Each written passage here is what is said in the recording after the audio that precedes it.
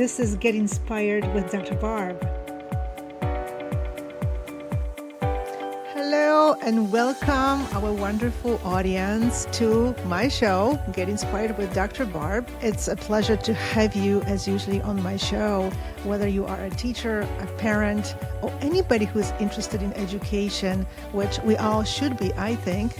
On the show, I interview people who have something really interesting and intriguing and innovative to share. And this could really improve education worldwide, not just in the United States. I am stationed in the United States, but my speakers are from all over the world, and they can add to this improvement because I think that we share similar pains, so to speak, in terms of education across the whole globe, really. And with this welcome, I also would like to welcome my wonderful, wonderful guest, Jonathan Macdonald. Welcome, Jonathan, to my show, Get Inspired with Dr. Barb. Thank you very much for having me. I'm looking forward to it. Thank you so much. And I would like to say to our audience that you are CEO and founder of a very interesting initiative. It's called Potency.World, right? Can you share a little bit more about this initiative? Why? I know it's devoted to girls. So this is a very interesting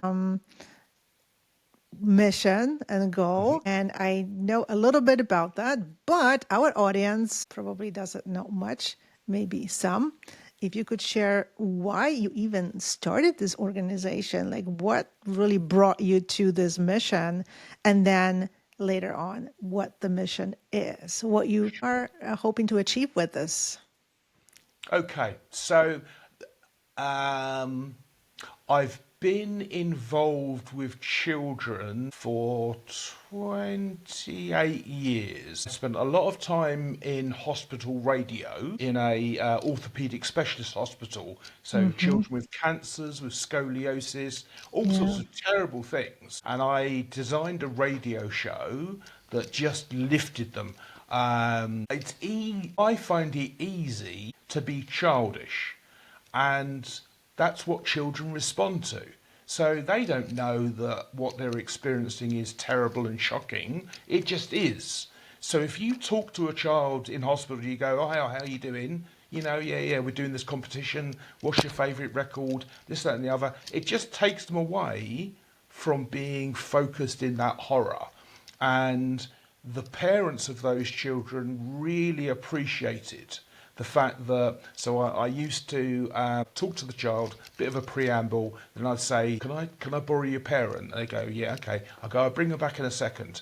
I take the parent round the corner, get a little recording device, and say, just record a message for your child, and I'll play it out in the show. And this is because when your child's in hospital, it is the most horrifying, traumatic, deeply concerning time. And they don't always say, "I'm really proud of you, I love you, get well," that sort of thing. It's like, "Oh, where's the doctor, where's this?"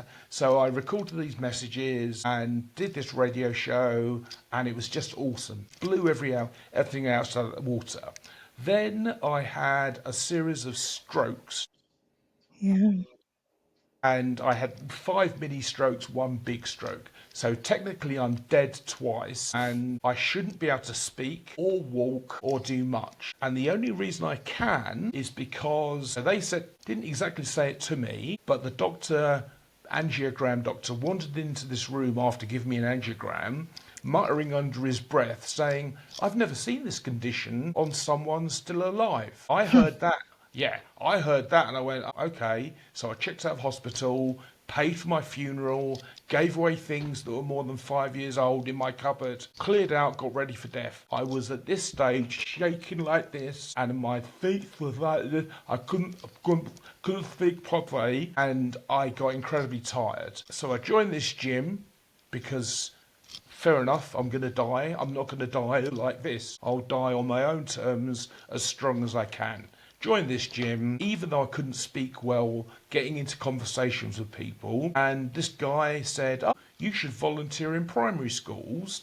There's not very many men in primary education. Well, I went, wow, I'm going to be dead in a week, so yeah, you offered me an opportunity, I'll go for it. So within a week, I'd done so it's now called the Disclosure and Barring Service. At the time, it was the Criminal Records Bureau. So you do these tests before you can go into a school, make sure Yeah. you, Hmm. yeah, Like a they call it like a background check, all that yeah, here. yeah, yeah. So did that, and the following Monday, so I was only physically able to do half a day a week.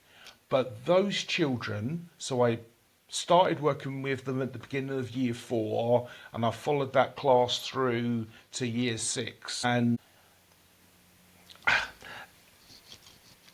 it's a very big story, which I Yeah. won't bore you with, but essentially, children, if you make something enjoyable, if you make it a game, the learning is not difficult. So Hmm. typically, volunteers go into schools. You've got these little tiny child-sized tables, these little tiny child-sized chairs. You take the kid out of the class and you huddle over this desk and they go to read. And I looked at this and I went, my God, that's so boring. So they have these egg timers, 15-minute egg timers, and what I do is I go, right, you ready, ready? And seriously, after a week, when the class teacher said, who wants to read with Mr. Macdonald, they were like, ah, me, because I used to get them right. I say, right, hold the book closed. You've got 15 minutes. I go, are you ready? And they go, yeah. And I go, yeah. They go, no, not yet. And literally, and then I say, okay, you do the character voices and I'll do the music and sound effects. Uh-huh. So basically, they're just reading away and you're going, I'm going, beep, and the explosions and lightning or whatever it might be. Here's the thing.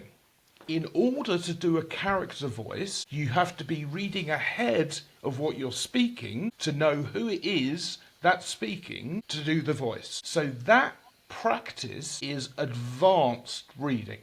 It's way beyond anything they teach. And because it's a game, children loved it. They loved it. So those children saved my life because such joy and Hmm. exuberance and life and energy and fun that I went from feeling really sorry for myself to going, this is really good. I seem to be making a Yeah. difference. I tried to increase the amount of days I was doing, had a breakdown, had to leave the school teary eyed, couldn't say, I was very depressed at the time. And it was then that I decided to train hard every day. And that's the difference between me doing half a day a week and doing every day of the week. So I attribute those children with the motivation for me to get better. So, Jonathan, if I can interject, and I just please. want to make sure these children were in the hospital No, under the no these. hospital, this isn't the school, volunteering in Right. primary This schools. is volunteering in school. And Yeah. that's what you were. Someone suggested to you, why don't you go and volunteer in the school and, like, I don't know, entertain kids, help them in learning. What was your position there? Like, as a school, what they accepted you as who? Teachers aid? You know what I mean? Because not everybody Yeah. can just easily get into the school system and say, oh, I just want to volunteer and work with children. So, So the guy was the head teacher of a school, mhm. and because I built this relationship with him, Yeah. that's how I got in. Yeah. I started off as a classroom assistant, just Mm-hmm. helping the teacher out. If a child had a question, you go over to them.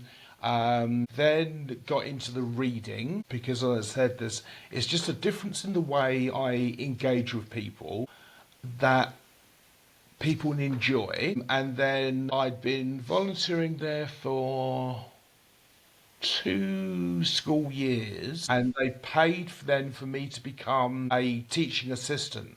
So I've got the teaching assistant qualification, which was paid for by the school, even though I was a volunteer. Yeah. That's a kind of sign of the faith they had in me.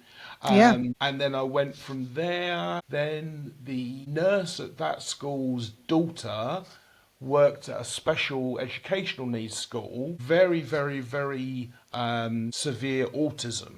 So no speech, hoists, nappies, wheelchairs, very, very serious.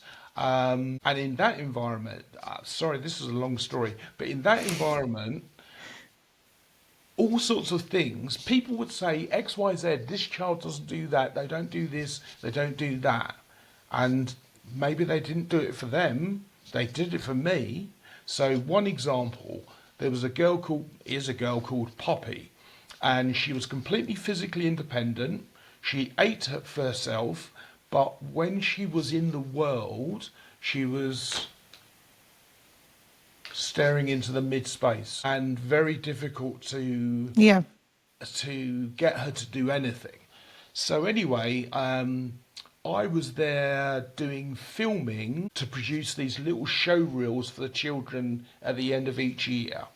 Getting pictures of Poppy was really difficult. One day she was in the corridor with people going around her, and I went in with the camera down on one knee, and she flared her nostrils like that. And I went, wow, you can flare your nostrils like me. Then later that day, I saw her out in the playground, and she was basically, there's a fenced off area for the younger children. She was rocking against this fence, So I'm an NLP, Neuro Linguistic Programming Master Practitioner. NLP 101 rapport. So how do you get rapport? You mirror. So I went down a couple of meters, so not threatening, maybe 3 meters away, got on my knees, so I was the same height, and rocked against the fence.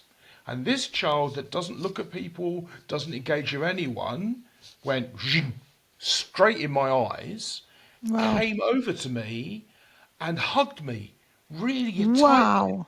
And she wouldn't let go for 5 minutes. And all the other adults are going, oh, but Poppy doesn't like change. She doesn't deal with this, doesn't deal with that. And I go, no. All these things that you believe to be true Are true. are true for you. They are true for you, but they are not objectively true. Jonathan, this is really huge because you are saying here about the power of gaming, fun, engagement, Yeah, and you've seen how that works with children. And I also hear you saying that it's completely not true that children can't learn this, cannot learn that. I'm always kind of getting angry when I hear, well, this kid is not good at math, this kid is not good at that. As a teacher, I know that a lot of it is really how you teach. yeah, If you can teach in a way that's engaging, entertaining, motivational, even someone who supposedly is seen as someone who doesn't like math, is not good at math, they can actually do it. And what connects to your story too is what I do with my dog. I mean, we not just go in there and children are petting my dog, but my dog is included in interactive, fun way, which you're going to end up with entertainment, movement, yeah, fun. yeah, And then from kids who don't like math, who are in a special group that they have to be there because they are weak, right? Their math skills are weak, so they have to yeah, be in that specialized group. But they don't yeah, like going to that group because you are labeled that you're not good at math, obviously, yeah, right? yeah. But when they hear that my dog is coming, it changes just their perception. So I really love this story because you are saying it is not all these labels and all these, and some of this often comes from teachers, unfortunately. That's what you heard. Well, she's not good at this. She's not going to do it for you. It's just really, it's like, just like, sort of like they determine what you can do, right? Yeah. And what you cannot do. And then the child themselves starts Believes. thinking in this Yeah, determination. of So course.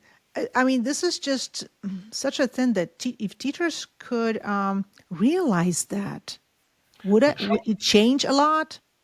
The trouble is that people go into teaching like they go into most public service roles. Obviously, there are some people that are being silly in what should be public service roles in various countries around the world, but generally speaking, from MPs to police to ambulance to nurses, all these people go into these things not motivated by money, but motivated by a wish to help. And I Which is good, volunteered. right? Yeah, and Obviously.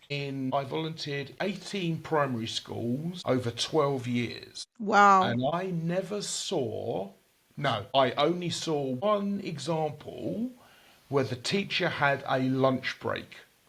I saw teachers eating sandwiches while marking or eating sandwiches while getting ready for the next lesson. I never saw a teacher get a break.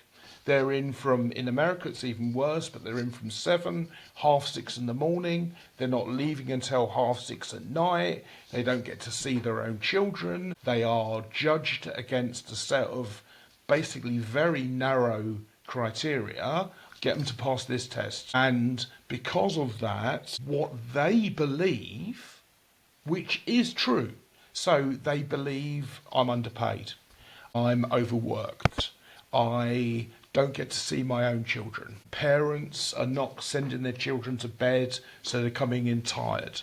In this country is an unacceptable poverty whereby teachers are bringing in pencils and paper from their own money because there Yeah. isn't stuff in schools. So the problem is that all of that compounds and makes them believe that a thing can't be done. So, in the education field, we should have all heard of growth mindset by Carol Dweck. Right. So, 20 years before Carol Dweck even started, there's a book called Pygmalion in the Classroom. And you're a PhD, and I love PhDs, written by 2 PhDs. It was the most turgid, boring read I've ever had. No, second from most boring. And right at the end, you get the interesting bit of information. So what they did is they give a class of children over to a teacher. And as they're handing them over, they go, by the way, those 6, they're really gifted. You can't give them any extra work. You can't treat them differently, but just so you know. A year later, tested by a separate teacher, the children believed to be gifted Yeah. produced gifted results. And then the experimenters went, oh no, we were just making it up. So the unconscious, unspoken, Mm-hmm. internal belief structure affects the real world results that a child produces. And I can give you, you'll have to cut me off when I start chatting, but basically, But you I can, totally, I mean, we know it, but when I look at, I work as an instructor, right, for future teachers, current teachers, and I don't think we stress it enough.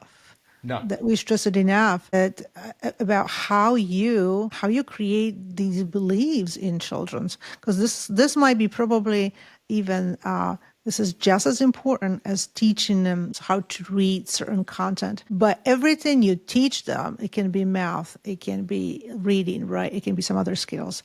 It really is attached to this belief that you could do it.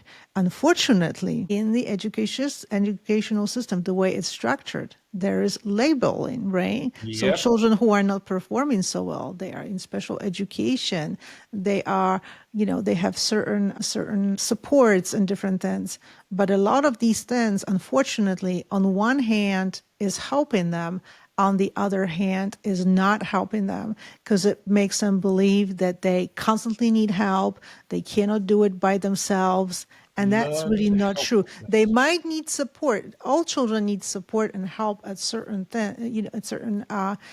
situations, times of their academic career. Mm, But I like how this is designed a little bit like in Finland, that there is special yes, education is kind of for everyone. So yes. everyone might have needs, and these needs need to be met. But Mm-hmm. when we start labeling, we think that we just label it for ourselves, for our own system. Not necessarily. No, Children it know it. affects them. They Yeah, they read do. it. They understand it. they cannot be fooled. And that's the problem that I think Yeah. we don't understand. But how did you ended up with the potency world? Why this? What is this going to do for the girls? And why do you focus on girls? Okay, very briefly. So I was a volunteer in schools. I don't like the way adults talk to primary children. I think if you're 3 times the size of someone and you go, sit down, face the front, pay attention, blah, blah, blah, kind of tone of voice, try doing that to me and Yeah. let's see where we get to. But this bullying is their only way of creating order. And it's a compliance and order and hierarchy throughout the whole system. So I didn't like this. I'm dyslexic, so I Hmm. experience the world in multiple perspectives, and therefore it's easy for me to take the perspective of a child looking up at a teacher up there screaming their head off at you. And Yeah. I hated it. It made me angry. So there's a guy called Tony Robbins in the States. Does this, does a lot of stuff, but Yeah. was made famous for doing the fire walk. So he does this seminar called Unleash the Power Within. I saw that on Oprah one day and I went, if adults can walk across burning hot coals with all the conditioning they've had, imagine what would happen if you gave that to children. So I took the program, recreated it for children, Hmm. and with the intended mission to be to give them protection against this onslaught of bullying. So basically, school's all about quiet and sitting still and Yeah. clamping down energy. So the sessions I did, they used to run into the class. They used rumbling trance music, shrieking, jumping about, making noises, reading stories, then showing videos. And basically, what I did was I'd find videos of children their age who invented things. And I go, how many of you walk out today and you look at an adult do something and you go, well, why are you doing that? And literally all the children did. So I created this program, did 7.5 years of the 12 years delivering that program, and got to the end. And my last experience was with a special educational needs secondary school. And groups of children in this class were labelled behavioural difficulties, Yeah. and they were chatty and blah, blah, blah, blah. And then on a Monday, they had to write down and read out what they'd done on the weekend. And these children, sort of 13 to 15, they'd be talking, going, yeah, and then they'd read out, they'd go, I went to the park. And I saw that twice. That's all I needed to see. And I went, you haven't got behavioural difficulties. You can't interact with language. The whole world is alien to you. That's why you act up, because a 13-year-old boy is never going to admit a weakness. So what they do is they act up. Anyway, I sought out, trained myself in a strategy to help dyslexic children spell, and it was absolutely 100% effective. The school threw me out for trying to change their pedagogy. Excuse me, That's trying what to change. unfortunately happens. Yeah. But So that, in your mission, World Potency World, do you then focus on all children or just girls? So the reason I'm choosing girls is because gender equity Hmm. is further away now than it was in the 70s. And so there's a real problem with boys, Andrew Tate and all the rest of it, and that toxic, the incel movement, all that blah blah blah blah. It's not as if boys don't need help, they do. Hmm. But what happens to girls as they go to secondary school is they have this massive drop in confidence, because when you're 8, 9, 10, or 7, 8, 9, 10, being a fairy or a princess or whatever it is, you don't internalize any meaning from that. But when you go through puberty and you suddenly realize, shit, every representation of a woman, from a pop star to everyone, they're dancing around in their pants, they're blemish free makeup, So girls of 16, 17, 18, there's this thing called contouring. So you've got a complete face mask on, then dark lines around the eyes and like it basically it's like 5 layers of makeup. That's what these girls So do basically, you're saying that the girls, they when they suffer. enter, yeah, they enter high school, they just kind of, they don't know what they supposed to do or be like or even Mhm. feel, but they get these false ideas. Obviously, we are in the world of social media. You Yeah. have to have heavy makeup. You have to act in a certain way. I know that there's a lot of problems still with, being thin too, right? Being a certain shape, being a certain weight and Yeah. all that. And they get a lot of this information. So how is your initiative, Potency World? How can it actually support girls? Can they directly reach out to your organization? Like logistics, how does it work? What is it actually happening that is making a change or you hope for a change? I'm hoping for a change. So basically, the proof of concept. So I have gathered loads of information about brain function, most of it to help me overcome my stroke. And I've Hmm. gone, ooh, well, if I can do that with a really damaged brain, imagine what would happen if you did that to a young, healthy brain. Yeah, So true. I looked at education. I knew that so girls in mixed environments, mixed settings do worse. Boys do better, girls do worse. Girls Hmm. do better in girls' education. Now, there is a whole load of socialization and relationship advice and stuff like that, but from an educational performance, girls are not going to be afraid of getting sweaty and dirty if 10,000 other girls are all doing that around them. So the idea is 10,000 girl only academies with residency, not compulsory, but available. And that takes girls, it will take girls from 11 to 18. And the reason it's different is because rather than believing we know what we should be teaching them, yes, there's a section, 20% of the time is involved in physical sports, self defense classes, uh, everything financial advice, relationship advice, consent advice, mindfulness practice. Just there's a whole, I've got a list of things that's Hmm. 20% of the time. But 80% of the time, these girls will come into the academy, we'll give them an iPhone, probably iPad, MacBook. Your academy is a part of Yes. Potency World. Yeah. Yep, and there'll be no teachers, there'll be coaches and Hmm. facilitators. And the girls will come in. The first thing we'll be doing with them, there's a woman called Michelle Minikin who's written a book called Good Girl Deprogramming. So, because of the way we condition girls, women tend to be people pleasers. They put themselves lower than other people. I've It got can to be a happen. Yeah.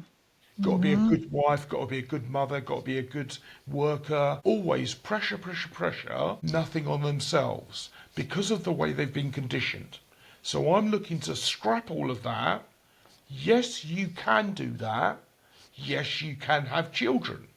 But also, did you know? And then it's all about representation. So I've Hmm. done one interview with a black woman who's now a tech genius, and I took her story, and her story involves being brought up in Texas, being spat at for being black, having to walk around the streets to find cans and bottle tops to get money to eat. Real struggle. And now she's doing this thing which is just amazing. So, a girl who's interested in changing the world in the way this woman does, unless she sees that, she can't believe that she can be it. So actually, Jonathan, you are attempting to do something that educational system should be doing to begin with, you would Yes, think, right? you would think. Because I mean, let's think about it. Education to be really effective should be empowering young people Yes, in the system. That yes, is really what I believe, and that's I think why we want to change education.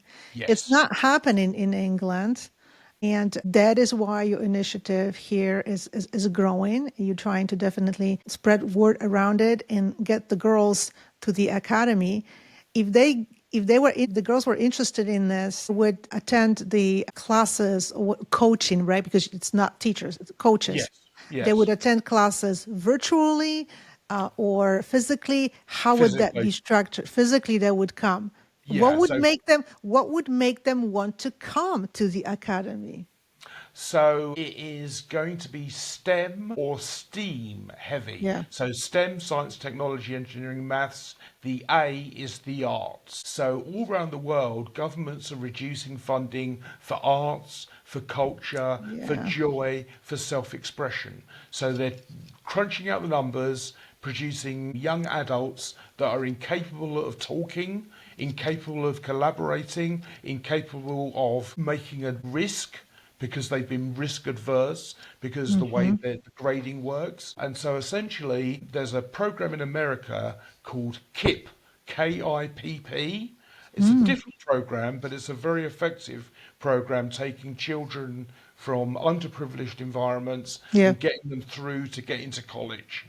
They are so popular that they run a lottery to get into their schools. Wow, So, yeah. I didn't even know what? about this program, you see, and I'm in the United States. But you know what I see what's really big, it's like it's really the hope that they can come in, they can get coaching and they can just really start believing in themselves and start believing that the only limitations that they put on themselves really does not come from them. It just Mm, comes from this outside world, right?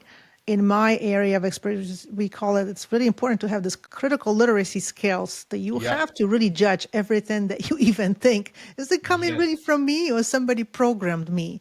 But it absolutely. sounds to me that this is so needed because there is something very disturbing happening in education in England. Maybe, right? Because you're saying that girls are not learning to believe in themselves through the education. It's worldwide, But and it's not worldwide too, yeah. it's worldwide, and not only that, but women face harassment, sexual assault, sexual advances. I mean, I There is won't a say lot. It's a definitely loaded issue, and how ever, girls just basically ever. how they think about themselves and how what it seems like they really don't have access to something that would truly tell them, wait, you really are more than you think you are. Not every parent can help with that too. Sometimes parents have understanding of these kind of issues and they can help children empowering them. I know what I have to do in order to empower my own child. But isn't it interesting? It's easy to get in this silo of thinking about yourself, but it doesn't really come from you. It's Mm, all influences from outside resources, people. You might not even be aware that your thoughts are somebody else's thoughts, not even your own, yeah. right?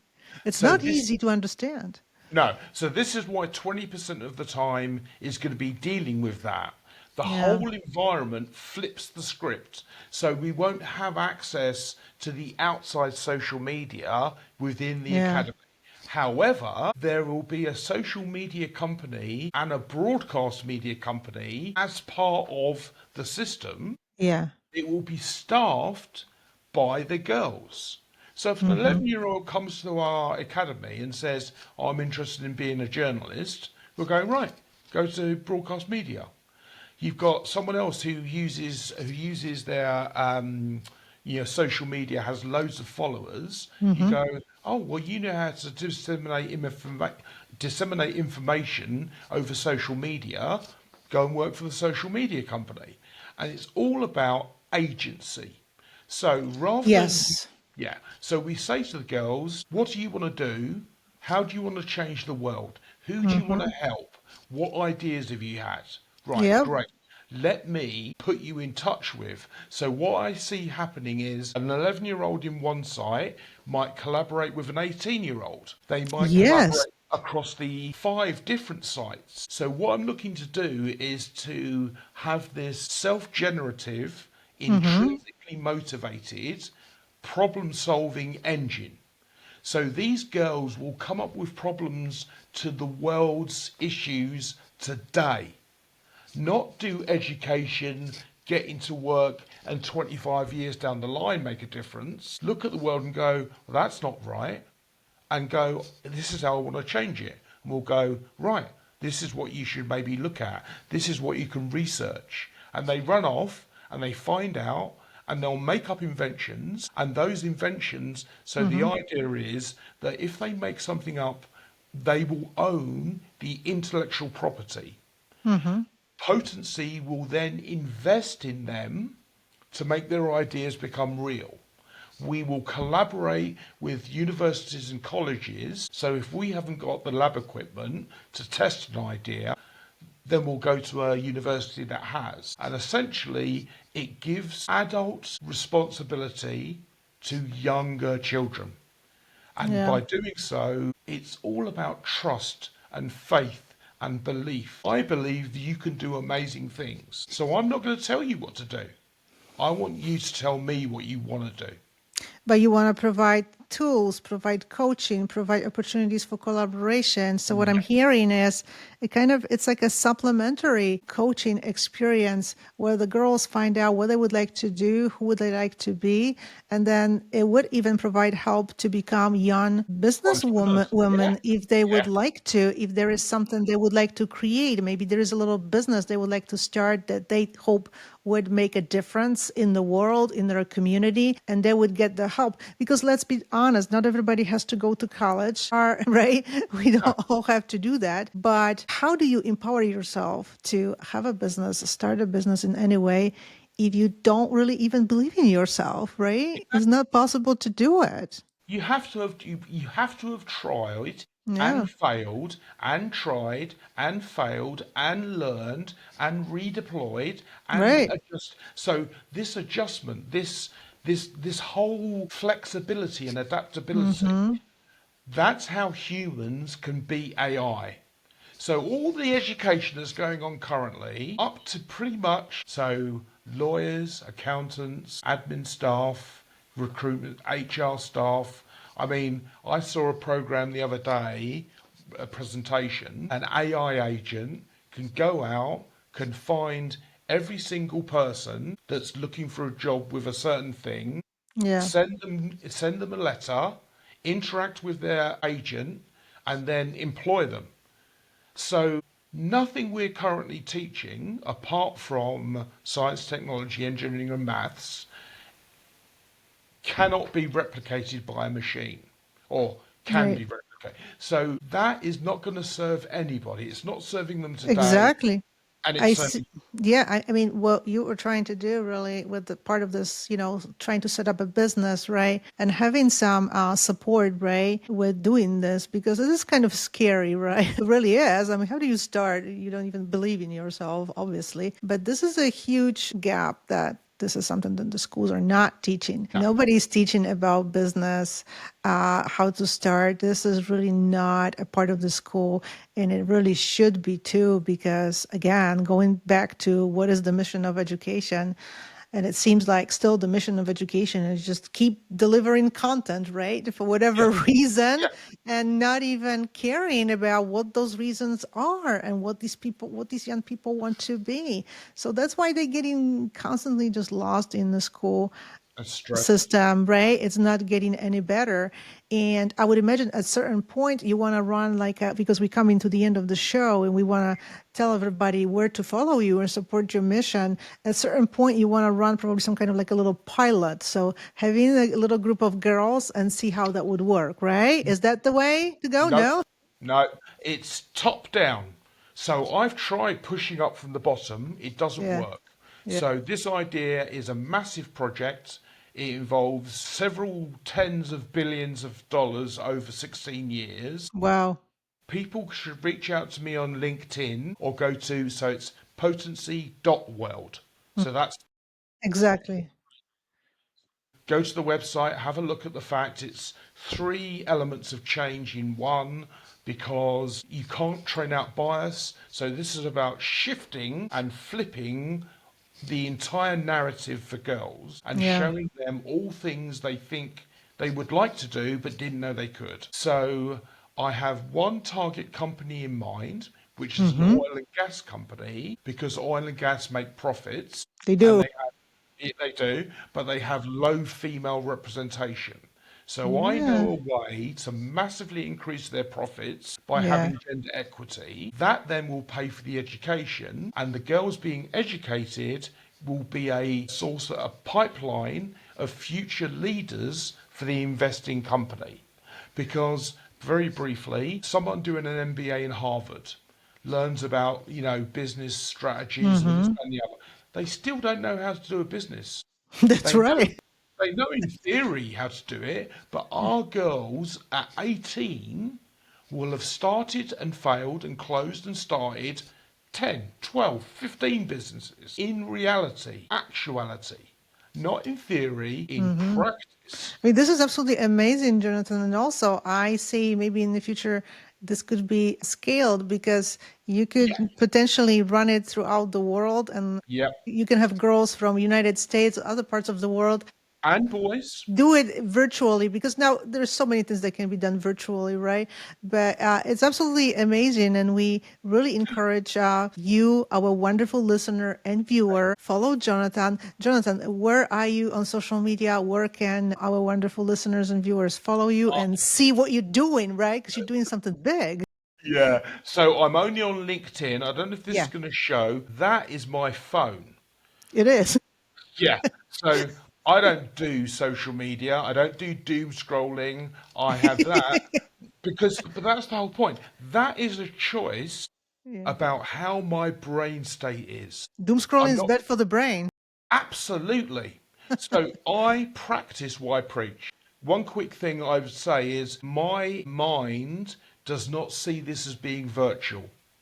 It's all Right. about being in a collaborative, It would be the best. Yeah. yes. So, yeah. But maybe in the future there would be like, other little sort of like sites maybe in some other places. You never know how this will. You just take one step at a time. You're trying to do it something like that where you are, and also collaborations with the companies, with big businesses. I mean, it does make a lot of sense. Really, the girls, they can work for the business, but they need to learn about how business works, and they need to again believe in themselves, or they can start their own little business. That there's so many possibilities here, and I support your mission. Thank you so Thank much you. for being on the show today. It was absolutely fabulous. And the LinkedIn is also part of social media, right? So don't I do. Yeah. All right. All right. don't say you're not on social media at all. We won't believe All right. Yeah, it. yeah. Sorry, well, I've run a minute and a half over, so I'm gonna shut my mouth now. No problem. It was a fabulous episode, and we heard a lot about where you're coming from. Where this is coming from, because the story is just so important, and our audience, you, our wonderful listener viewer, will have a better understanding after watching the whole episode where this is coming from, right? Why Jonathan is doing something so incredible. What would you like to add? Just wanted to add, if you're a woman and you're in a STEM career, science, Right? technology, engineering, or maths, if you would please reach out to me, because I am interviewing women in these outlying roles, so that in the academies there'll be these big screens that will show these videos, because it's all about changing the narrative. You change the narrative, you change what the girls believe they can do. And that comes from seeing a Yeah. woman doing the things they might want to do. So if you reach out to me for that, I'd love to interview you to actually get something whereby an 11-year-old girl can look at your video and go, I didn't know I could do that. Right. And from that, they then move forward. And that's, Amazing. Well, thank you so much for this. thank you. And thank you, our wonderful listeners and viewers. And it was so wonderful to have Jonathan on Get Inspired with Dr. Barb. Please follow the show so you never miss the episode, essentially, and share the episode. And I think this was something fabulous, what we heard today from Jonathan. Thank you, Jonathan, for everything you're doing, because it really is not an easy endeavor. And we cannot wait for the episode Yes. to be aired. Thank you so much. Thank you very Bye much. for now, everybody. Thank you. You're very welcome. This is Get Inspired with Dr. Barb.